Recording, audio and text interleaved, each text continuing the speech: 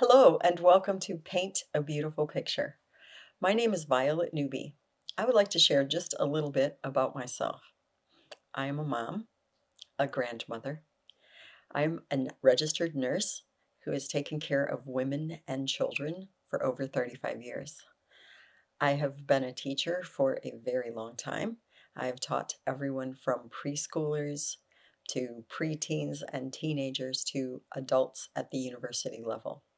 I am the author and the developer of a series of character building ideas for parenting. And what I would love to share with you is how you can be a more effective parent with healthier and happier children. So please come and join me on this journey in painting a beautiful picture in your child's life. Welcome to week 2 of the introductory process in Paint a Beautiful Picture. My name is Violet Newby, and we are going to talk this week a few things about my personal life. So, who in the world am I, and why do I have a right to say any of this stuff to you? And then we're going to really get serious about the things that you need to prepare so that you're ready next week when we start doing action steps. All right. I told you I came from a really big family. I grew up in Michigan in Metro Detroit. I lived in the same exact house until I was 18 years old, and then I went away to college in Chattanooga, Tennessee, where I met my first husband. I had 2 children in 2 years, 2 sons, and my second son was a premature baby. He was 8 weeks premature, and so I had a really busy couple of years. By the time I was 21 years old, I was a divorced single mom with 2 kids, and that was quite a lot to handle, I confess. And so I got pretty serious about what it was going to take to be a mom and to support my children and to grow and develop as a human being. Yeah, I just had a lot on my plate and I was ready to tackle it. I confess to you, I didn't always do very well. I told you I came out of an abusive home and I had a really bad temper and I wasn't often patient or gracious and sometimes not even really kind to my kids when they were very small. And when I talked to you the other week about the necessity of forgiveness in relationships, I solemnly promise you that many, many times, but most assuredly when my sons were little, I would tell them that I was really sorry for the way I acted, and I would ask them to forgive me, and they would extend that forgiveness to me. And so I think that it was foundational for the kind of relationship that I have with each one of my sons. Both of my sons have faced incredible difficulties in their own lives. It's not my story to tell, and I'm not going to tell it, but I do have their permission to share a few things with you. So I will let you know that in going through those things, as one of my sons was in a mental health facility, and one of my sons committed a felony, and, just like real parenting, real life stuff, that we got through it. They communicated with me honestly about what was going on, about what they had done, about how we could handle it, and we did handle it. And we handled it together, and we handled it courageously. So it's not like I have perfect kids and everything was wonderful and I'm just talking because I think I can. Oh, no. It's that we really, really went through some things and I had to handle it. I didn't always handle it well or gracefully, but we handled it. And so I want to help you do it. I always told my kids there are 2 ways to get wisdom. One is do everything the hard way and find it out yourself. I have a son who prefers that way. One is listen to someone older and wiser who's already been there and done that. Pay attention to their counsel and their advice and skip a whole lot of the heartache by paying attention. I have one who's better at that. But both ways work. It's entirely up to you which way you choose, but I think it's probably a little easier to listen to wise counsel and advice and go along with that. So, hopefully, I would like to be a voice of wisdom and counsel in your life and help you avoid some of the pitfalls and some of the problem areas. But I promise you, you're going to go through problems. You're going to face hard days. You're going to have things come to you that you never dreamt or could have ever pictured or imagined in your mind. And you're going to have to live those days. And you're going to need to live those moments. And you are the example that your child will see. So the manner in which you handle those things, and even if it's badly, don't sweat it. I already just got done admitting to you, I did a lot of really terrible things as a parent, especially when my kids were very small. If you don't do it very well, if you make mistakes, if you have repetitive problems, you know what? Don't despair. You're human. Humans have problems and humans make mistakes, and you can learn to overcome them. You can cope with your problems, and by being a great example to your children in this process, they learn more. I often tell my sons, my greatest joy will be when you far surpass me, when you know much more than I know, when you live much better than I've lived, and when you accomplish all the things that God ever planned and designed for your life. You should look forward to the day when your great example and the training that you've given to your children enables them to surpass you. It's a really good day. I want you to know that. Okay, so there's a little bit about me. Now I'll tell you a couple other things. I shared with you in the very first episode that I've done relief work. So I did relief work in the Philippines. That means that I worked outside of Metro Manila at the Great Smoky Mountain Dumps, where they're not just the same as they used to be back in the 80s, but in the 80s, people lived there by the many hundreds of thousands. They would flood to Manila from the outlying islands in hopes they would find work and have a better life. And that isn't what happened. And there was no kind of, social giving or governmental help, and they would end up at the dump. So I worked with little kids who lived in a cardboard box if they were lucky, or just slept directly on the dump heaps if they weren't. I saw little kids who starved to death and died of tuberculosis, somewhat easily treatable diseases. I just saw a lot. And yes, I took my sons with me.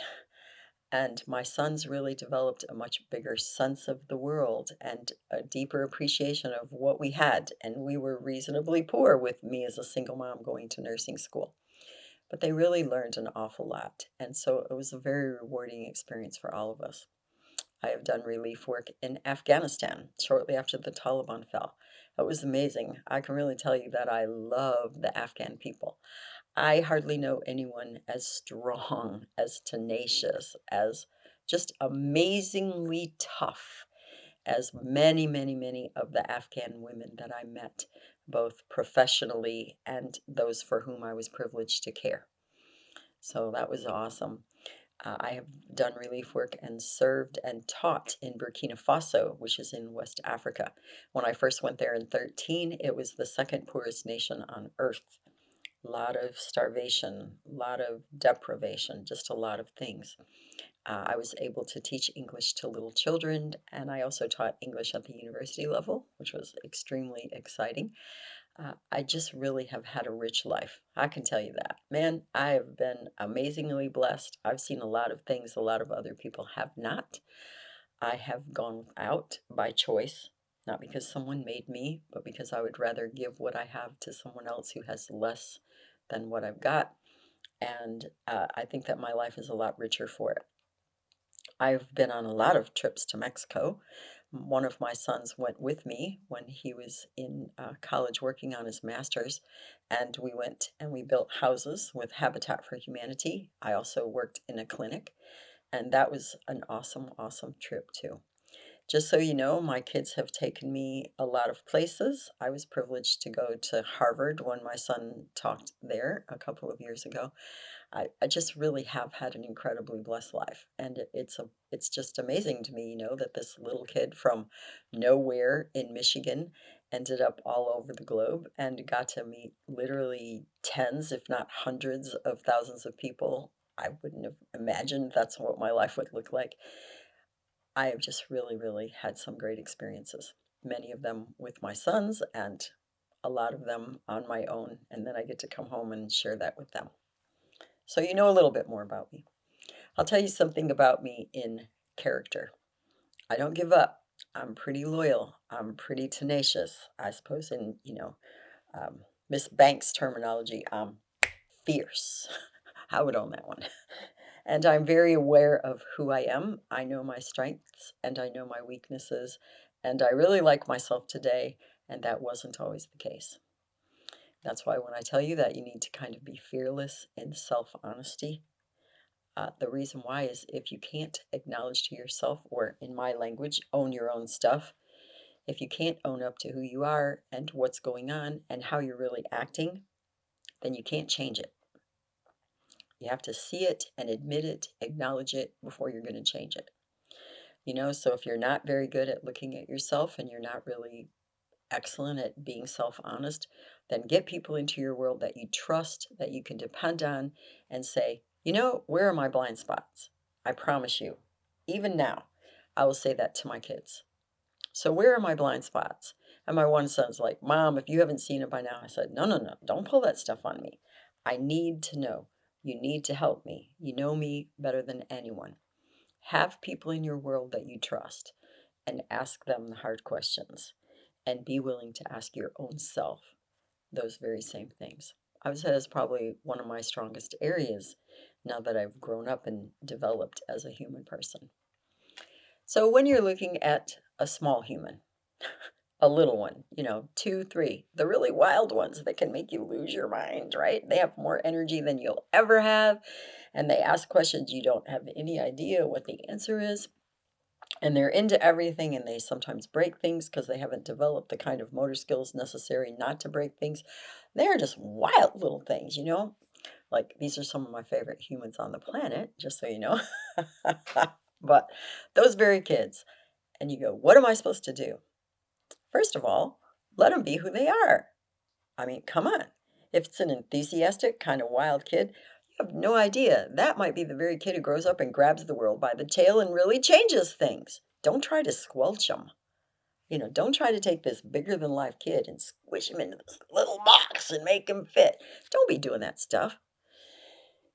It doesn't mean they don't need to learn self control. They don't need to learn how to hold still. They don't need to understand that there is a time to be quiet as well as a time to be wild. That's not what I'm saying to you. But don't squelch who that person is. Try to enjoy it and try to get them to realize that they are, I'm going to use the words of God here, you know, fearfully and wonderfully made. They are amazing. And don't be afraid to tell that to them.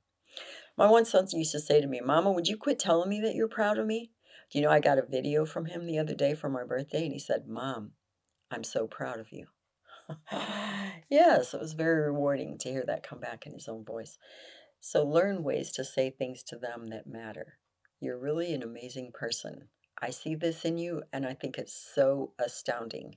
Even in its raw state, I'm excited about who you're going to become. Just build that kid up all the time. And listen, you cannot give what you do not have. Okay? If you don't feel good about yourself, if you don't have any self esteem, if you don't have any self confidence, you're going to have an awfully difficult time passing that on to your child. And so work on your own self esteem, work on your own self worth. Notice the things about you that are good. They might still be in a raw state also, but notice in you what is good. And even if necessary, say it to yourself, affirm it to yourself, and commit to developing what is good and best in yourself. Because as you invest in yourself, you're investing in the future of your child. You will soon hear me say that being a parent takes a lot of selflessness, and it certainly does. It is no longer all about me, it's all about somebody, and it's not me. As I used to say, sometimes I wonder if I even was on the page today, because the whole story was about somebody else. That's okay when you are a strong person and you have self confidence. It can actually be about the other guy and you don't mind. When you're insecure, when you're not self confident, when you go after the world with a lot of fear and a lot of doubt. It's hard to believe in the other guy when you can't even believe in yourself. And so it really is an investment in your child and your family's future for you to start to gain some things for your own self. Keep that in balance with the selflessness of being a parent, but commit to being and becoming your own best self. I really hope and pray for you that you find adventurous moments, moments of awe and wonder, and moments of great excitement and enthusiasm in your day with your children today. You may find additional information on our paintabeautifulpicture.com website.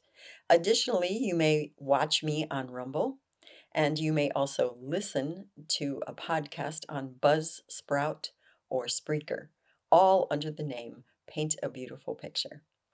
If you like this video, please give me a thumbs up. You may subscribe, and if you are interested in receiving notifications, please hit the notifications button. Thank you for joining me. I will look forward to seeing you again tomorrow.